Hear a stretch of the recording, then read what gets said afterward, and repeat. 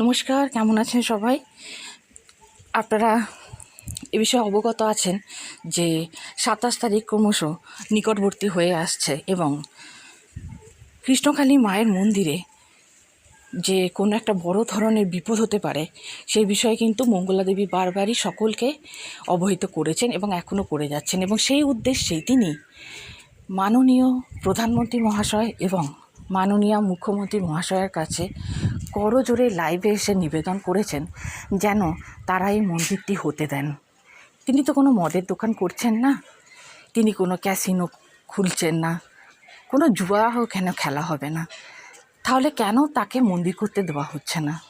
তিনি এই বিষয়ে নিজের মতামত রেখেছেন এবং নিজের বক্তব্য তুলে ধরেছেন সকল মাননীয় ও ক্ষমতাশালী ভারতবর্ষের ব্যক্তিবর্গদের কাছে। তিনি হাত জোর করে সকলের কাছে নিবেদন করেছেন যেন তাকে মন্দিরটি করতে দেওয়া হয়। আসলে শুনে নিই মঙ্গলা দেবীর কথায় তিনি ঠিক কী বলেছেন।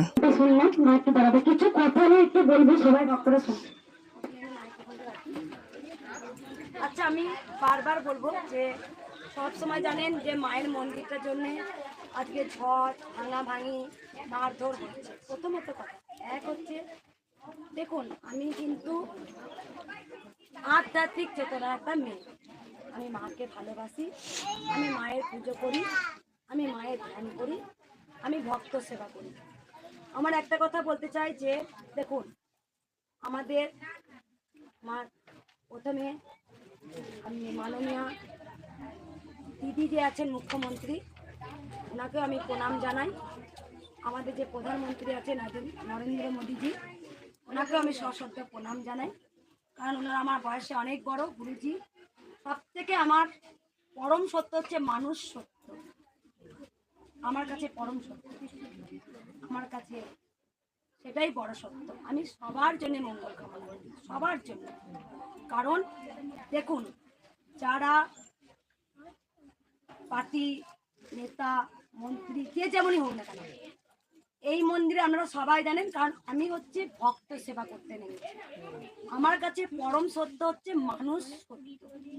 প্রথমত আমার কাছে গরিব ধনী বড়লোক বলুন, আমার কাছে অনেকে যেমন জাতের বিচার আমরাই করি, হিন্দু মুসলিম খ্রিস্টান জৈন বৈধ সবাই কিন্তু মায়ের কাছে আসতে পারে হলো।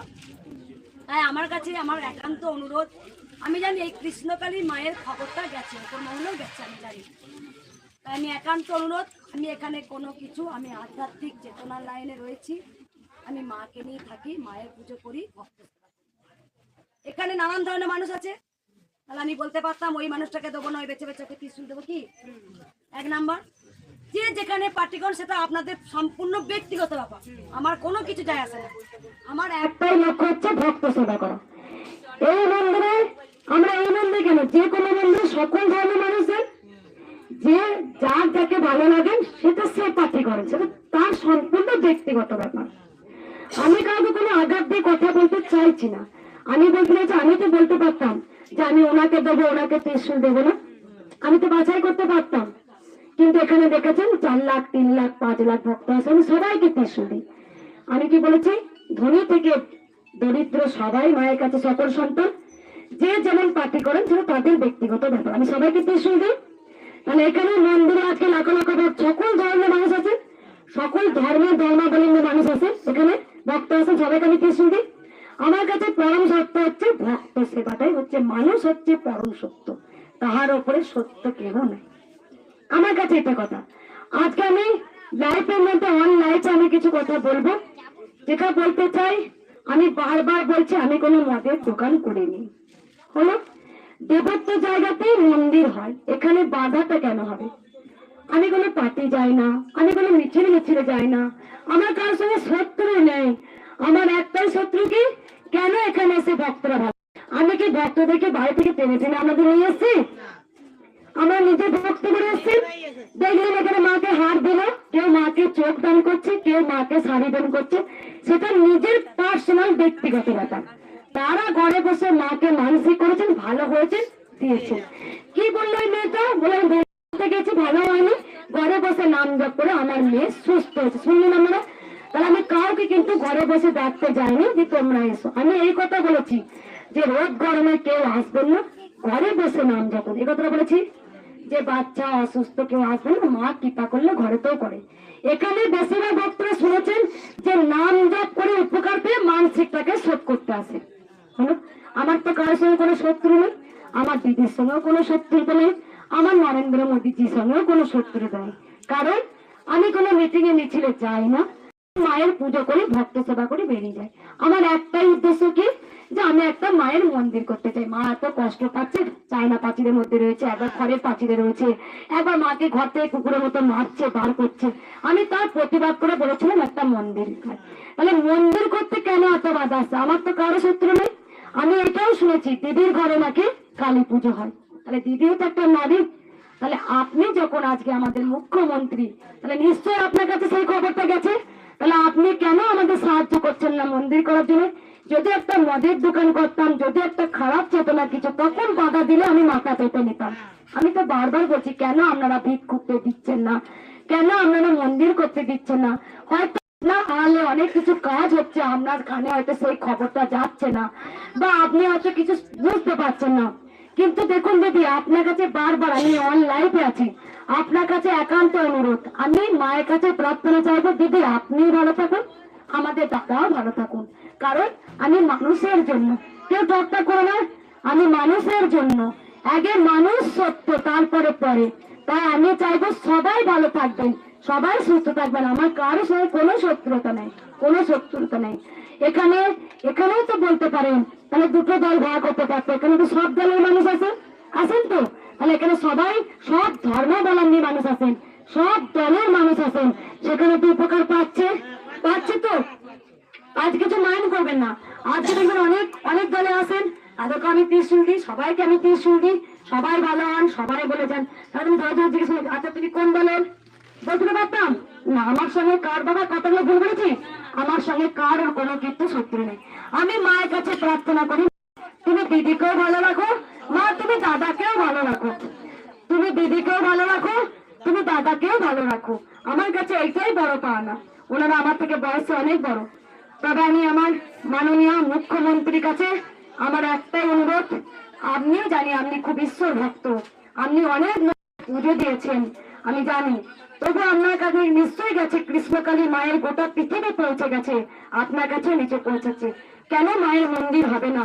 আপনার আড়ালে কি অনেক কিছু কাজ হচ্ছে, আপনি জানেন না হয়তো, কিন্তু আপনি একান্ত অনুরোধ, আপনার সাহায্য আপনি করবেন যাতে মায়ের মন্দিরটা করতে পারি।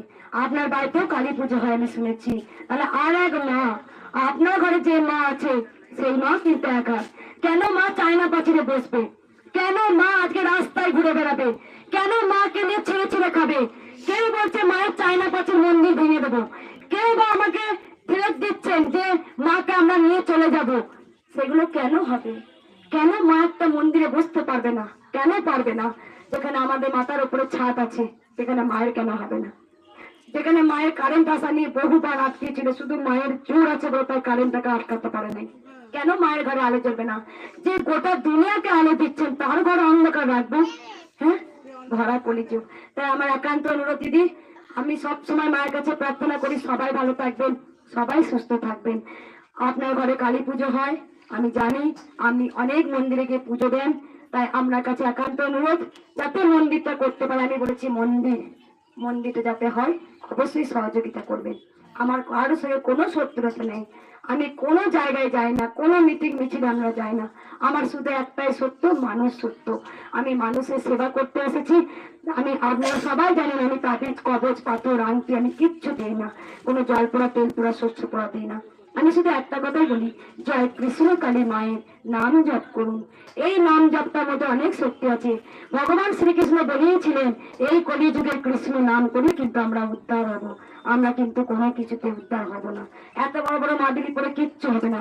আমার কথাগুলো যারা ভাববে তারা সত্যি আমার সহমত দেবেন, কারণ আমি ব্যবসা করতে পারতাম, একটা মাদুলি বিক্রি করতে পারতাম, একটা তাবিজ বিক্রি করতে পারতাম, আমি জলপড়া তেলপড়া বিক্রি করতে পারতাম, কিন্তু না। আপনারা দেখেছেন 1 টাকা দক্ষিণা দিয়ে আপনার পুজো হচ্ছে, দক্ষিণা দিতে পারে না। অনেক জনা বাস ভাড়া তেল ভাড়া থাকে না। আজকেও এক ভক্ত এক বাবা ছিলেন, মনে হয় তুমি হয়তো ছিলে না, বাস ভাড়া ছিলেন, আমাকে চাইলো সেটা দিয়ে বলতে নেই, দান না করলেও বা আমার জানতে নেই আমি কার করলাম। ওই জন্য আমি বারবার বলি তোমাদেরকে যে সবাই ভালো থাকবেন, সুস্থ থাকবেন। আমার একটাই আজকে আমার আত্মার আছে যে দিতে যেন করতে পারি। এটা আমার কারোর সঙ্গে কোনো শত্রু নেই, কোনো দল নেতার সঙ্গে শত্রু নেই।